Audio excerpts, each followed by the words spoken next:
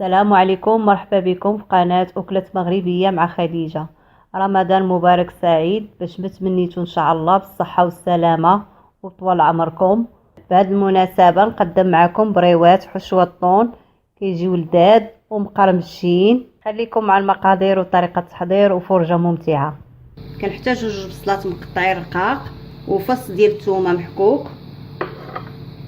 جوج انواع ديال الفلفله، عندنا الحمراء والصفراء حتى هي مقطعه رقيقه، عندنا الشعريه الصينيه ديال الروز، عندنا علبه ديال الطون ديال الزيت صفيناها من الزيت. كنحتاجو الفرماج احمر حتى هو حكيناه بالحكاكه رقيقه، الزيتون الخضر مقطع حتى هو رقيق، عندنا معلقه صغيره ديال الخلقوم بلدي ومعلقه صغيره ديال التحميره ونص معلقه صغيره ديال البزار، معلقه صغيره ديال الكزبر كارم مطحون ومعلقه صغيره ديال الهريسه اختياريه، عندنا الملحه على حسب الذوق والقزبر والمعدنوس حتى هو مقطع، عصير ديال نص حامضه وربع كاس ديال الزيت عادي وصوص ديال الصوجا. كنحتاجو مقله غنديرو في هذاك ربع كاس ديال الزيت. بسم الله. غنضيفو هذيك البصله اللي قطعناها رقيقه وهذاك فص ديال الثومه، غنضيفو نص معلقه صغيره ديال الملحه على حسب الذوق. بسم الله. الانسان يدير ويذوق. غنشحروها شويه البصله، عاد نضيفو لها هذيك الفلفله، غنضيفو هذه الفلفله الحمراء والصفراء، الفلفله اللي عندكم ديروها. هذه المرحله البوطه تكون مجهده. هذه الحشوه ما بغيناش تكون فيها الماء، تكون ناشفه. نجهدوا البوطه باش ما تطلقش لنا البصله الماء. من بعد ما تشحرات لنا البصله والفلفله دابا نضيفوا هذيك التوابل. الحشوه خصها تجي ناشفه. العناصر اللي باقا غنضيفوها. عندنا الطون من بعد ما صفيناه من الزيت، نضيفو هذاك الزيتون، نضيفو هذيك معلقه صغيره ديال الهريسه اختياريه ولكن كتجي واحد المذاق زوين.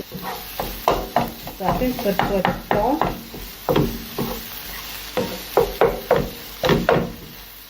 كنضيفو هذاك العصير ديال الحامض نص حامضه،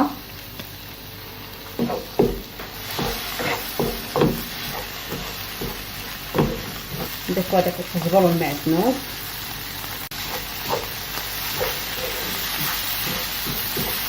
هذيك الشعريه الصينيه من بعد ما ضفت ليها الماء قطعتها بالمقص، قطعتها رقيقه حتى هي غنضيفها. صافي نحركو ندخل كلشي هذوك العناصر تدخل بعضياتها. تبارك الله هذه الحشوه راه كتجي زوينه بزاف ولذيذه واقتصاديه في نفس الوقت. غنديرو معلقه كبيره عامره ديال صوص صوجا،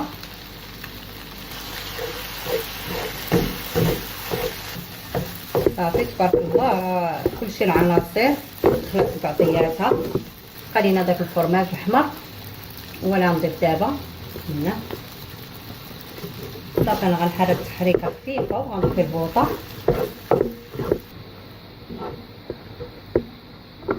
كيفاش كتجي زوينه بزاف. دابا ان شاء الله انا نخليها تبرد ونكملوا المراحل الاخرى ان شاء الله. كنحتاجوا الورقه، انا عندي الورقه كبيره حيدت ليها الجناب وقسمتها على جوج، انا مبغاش نطول عليكم الفيديو. صافي كنبقى نحل فيها بحال هكا. انا عندي هاد الورقه راها مزيته، الا عندكم ديال البخار زيتوها. الحشوه ديالتنا ها هي بردات مزيان، وعندنا واحد شويه ديال الماء والدقيق.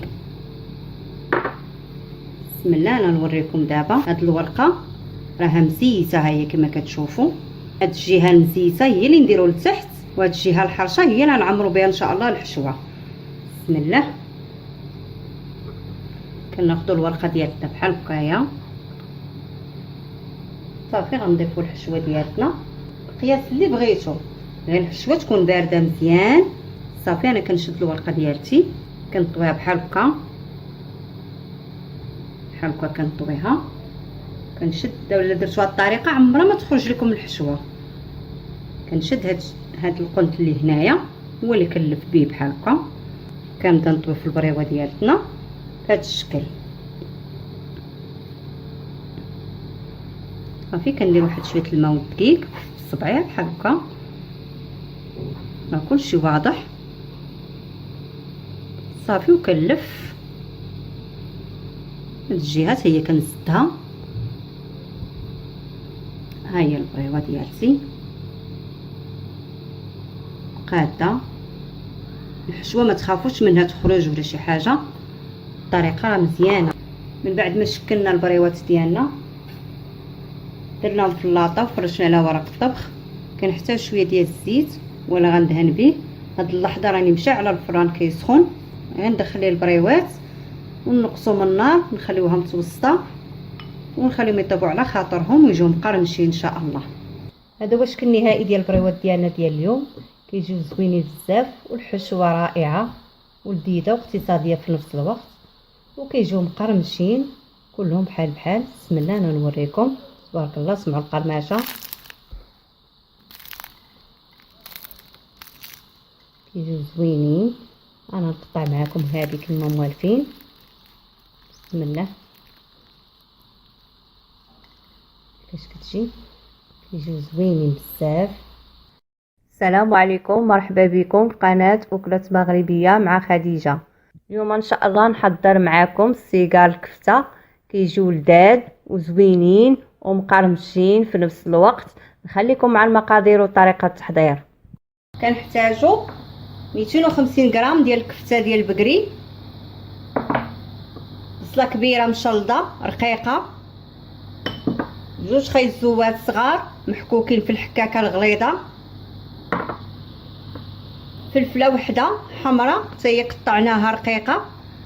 اللي عندكم فلفله حمراء ولا خضراء اللي كاينه قطعوها رقيقه. شعريه الصينيه،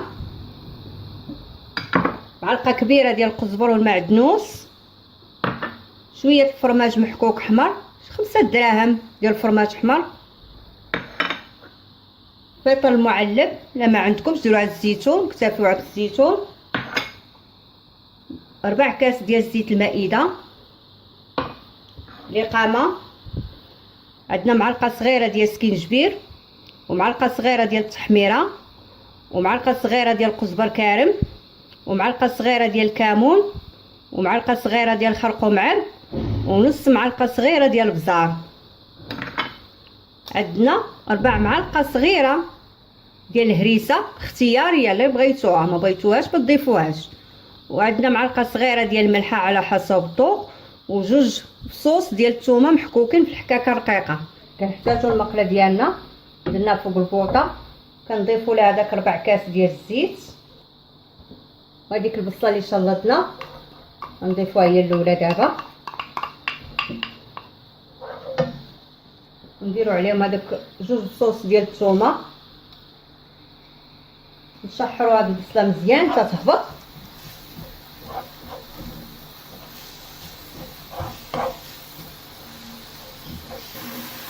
ان شاء الله غنديروا هذيك الفلفله اللي قطعناها حتى هي رقيقه،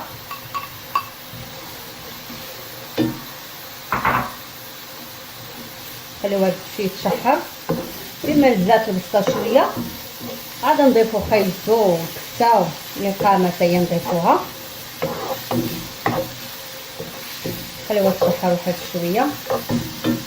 من بعد ما تشحرات لينا البصله والفلفله ديالنا وهذيك الثومه، ندير هذيك معلقه صغيره ديال الملحه،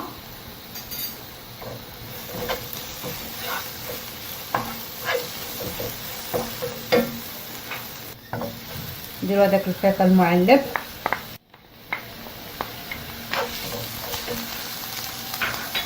نضيفوا هذاك الخيزو، نضيفوا هذيك الإقامة كامله حتى هي نديروها، نخليوه يتشحر واحد شويه. بعد ما تشحر لينا كلشي ان شاء الله نديرو هذيك الكفته، غنكرتسوها بحال هكا، صافي غنديرو لها بحال هكا باش نفرشوها. من بعد ما ضفنا الهريسه وضفنا الفيرميسين، درت ليها الماطي وقطعتها بالمقص. انا ضفتها دابا.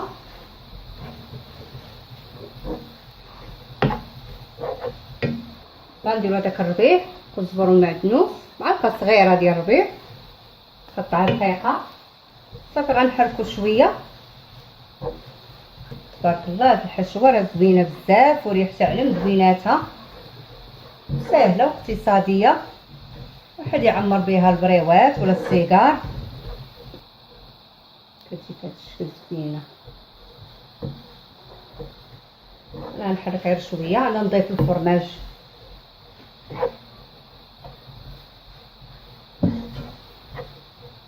تبارك الله راه ناشفه من الماء. شفتي كيفاش ناشفه من الماء. انا دابا ان شاء الله غنضيف الفرماج.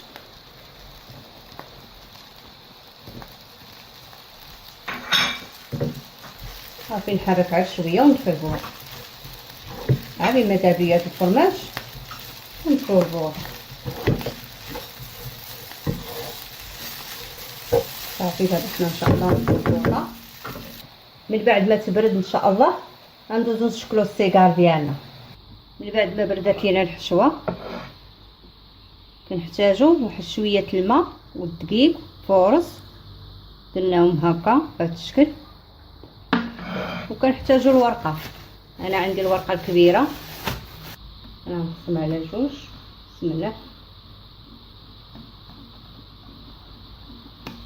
نجمعوها بلاستيكه باش ما تنشفش لينا.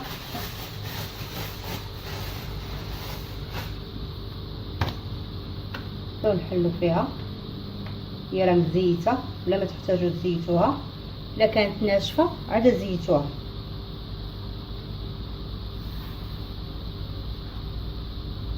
خليناها نديروها في بلاستيكه باش ما تنشفش لينا. شدوها باش نخدمو. صافي هاد الجهه الحرشه هي اللي غنديرو فيها الحشوه. الجهه الرطبه نديروها لتحت. بسم الله. بهذا الشكل. قربها حداكم باش تشوفوا مزيان. كناخذوا واحد شويه ديال الحشوه على حسب. بسم الله.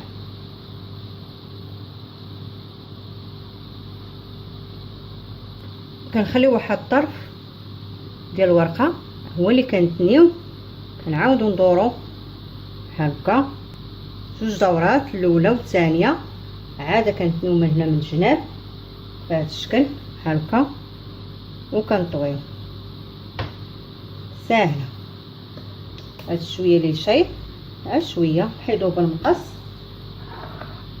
كنديرو داك شويه الماء والدقيق عاد شويه ندوزو بحال هكا صافي ونلويو.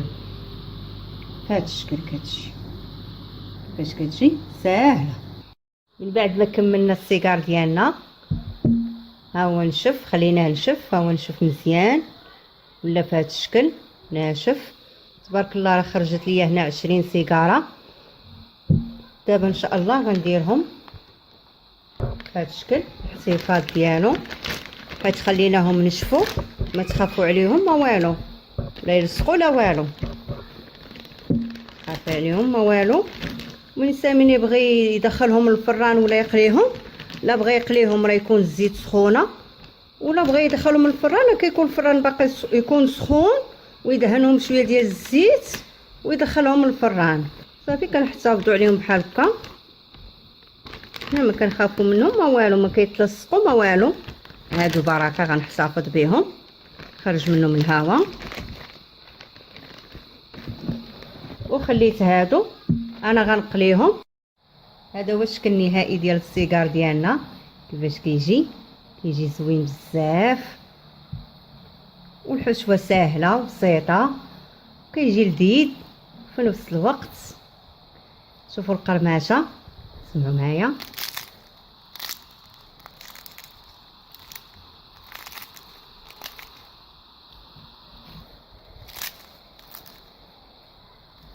كيجي زوين. انا دابا ان شاء الله غنقسم معاكم هذه الوحيده. بسم الله. كيفاش كتجي راه باقي سخون. شتي الحشوه كيفاش كتجي زوينه بزاف. كنتمنى ان شاء الله تجربوها وبالصحه والراحه. السلام عليكم، مرحبا بكم في قناة أكلات مغربية مع خديجة. كنتمنى تكونوا بخير وعلى خير. اليوم ان شاء الله نقدم معكم بريوات مالحين بحشوة مختلفة لذاذ وساهلين. خليكم مع المقادير وطريقة التحضير. كنحتاجو ربعه ديال الصوصيط ديال البقري، وربعه الكفته ديال البقري، ربعه ديال الكبده ديال الدجاج من بعد ما سلقتها بشويه الملحه وشويه ديال الخل ورويس تاع الثومه، وربعه الدجاج من الصدر قطعته رقيق في هذا الشكل، قطعته رقيق. عندي 4 كاس ديال زيت المائده، ونص حامضه مصيره حتى هي قطعناها رقيقه، ونص حامضه خضراء غادا نعصروها، وبصله كبيره مشلضه حتى هي رقيقه، وبودره ديال الثوم، شويه ديال الفرماج محكوك، لا لقامه. عندنا معلقه صغيره ديال السكينجبير، ومعلقه صغيره ديال الكمون، ومعلقه صغيره ديال القزبر كارم، ومعلقه صغيره ديال التحميره عامره مزيان، ومعلقه صغيره ديال الخرقوم عرب، ونص معلقه صغيره ديال البزار، ومعلقه صغيره ديال الملحه على حسب الذوق، ونص معلقه صغيره ديال الهريسه. بسم الله نتوكلوا على الله. دابا نضيفوا هذاك الزيت، 4 كاس ديال الزيت، غنديروا عليها ديك البصله اللي مشلضه كبيره، غنخليوها تدبال شويه، عاد نضيفوا داك الشيء لاخر. من بعد ما طافينا شويه البصله نضيفوا داك الدجاج. بسم الله. من بعد ما قطعناه رقيق غنضيفوا ديك الملحه على حسب الذوق، الانسان يدير ويذوق. غادي نديرو نسحروا واحد شويه، غنديرو هذاك الصوصيط. بسم الله.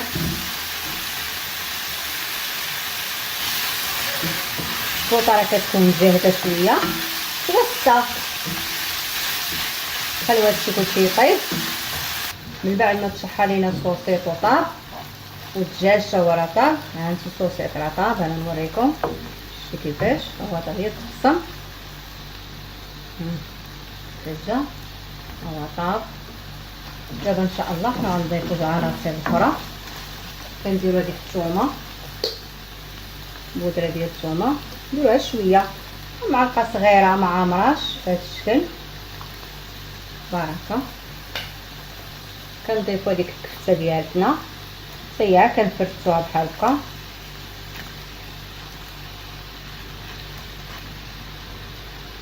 هذا الشكل. كنديرو هذيك الرقامه كامله وهذيك الهريسه، هي كتجي واحد الطعم زوين. نحركو شويه باش نفرتو هذيك الكفته وندخل فيها هذيك الرقامه.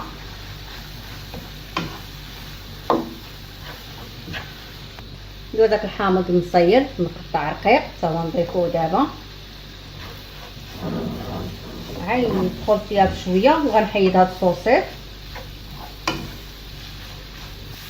من بعد ما فرتنا الكفته ديالتنا جات بهذا الشكل صافي. دابا غنحيد هاد الصوصيط راه طاب. من بعد ما حيدته انا دابا ان شاء الله غندوز نطحنو هو والكبده. ها هو انا غنطحن دابا.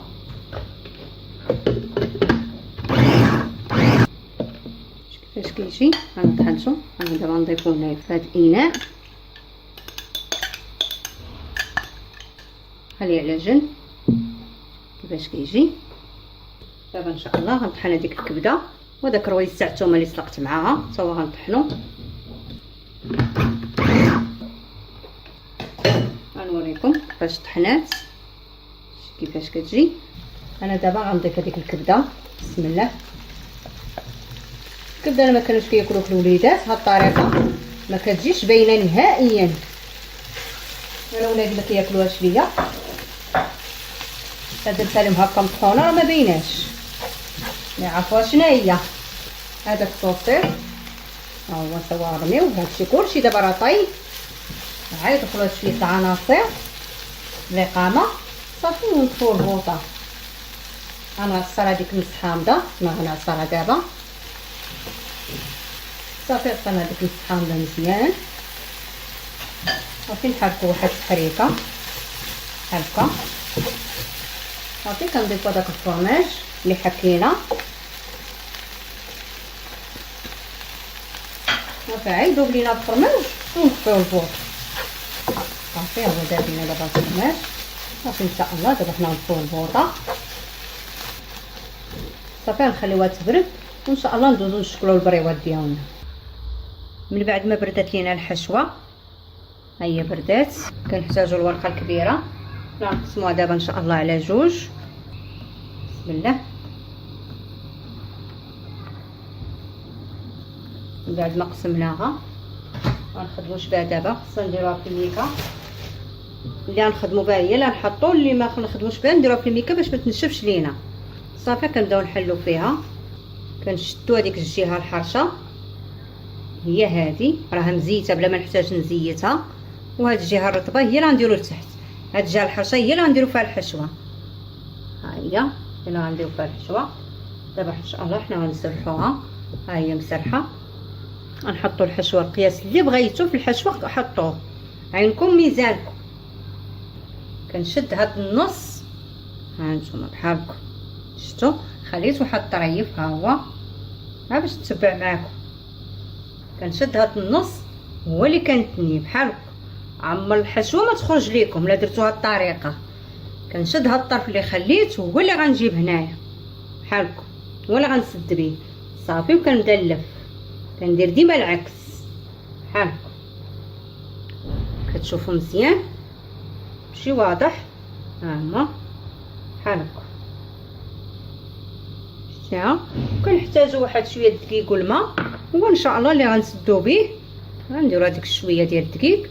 صافي وكنسدو بحال هكا. اما نخشيوها لداخل هنا بحال هكا.